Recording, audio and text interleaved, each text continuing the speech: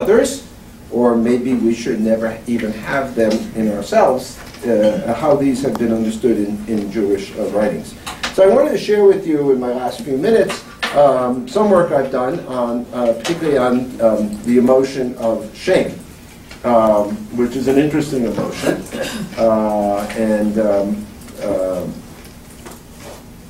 it's fascinating to think about.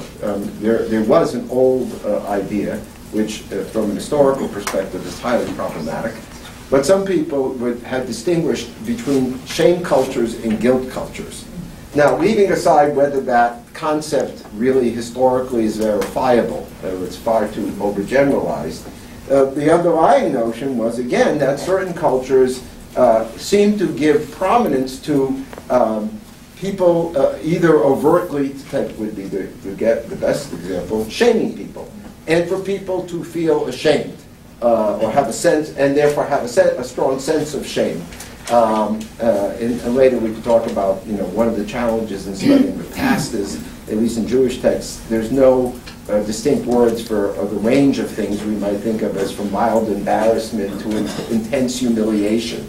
And that's one of the challenges. It's very difficult to sort out, do they have any sense of these differences, whereas we would say, well, somebody could be mildly embarrassed, could be shame, could have a sense of shame, and could feel humiliated. And we have a sense that may be an emotional group of concepts that go together, but somehow we have a sense of gradations. Anyway, so there are shame cultures that seem to say, some cultures want to shame people.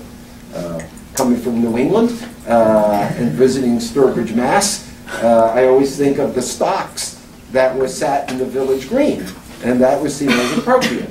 My own interest in this, I started the paper I wrote on this with an occasion where I was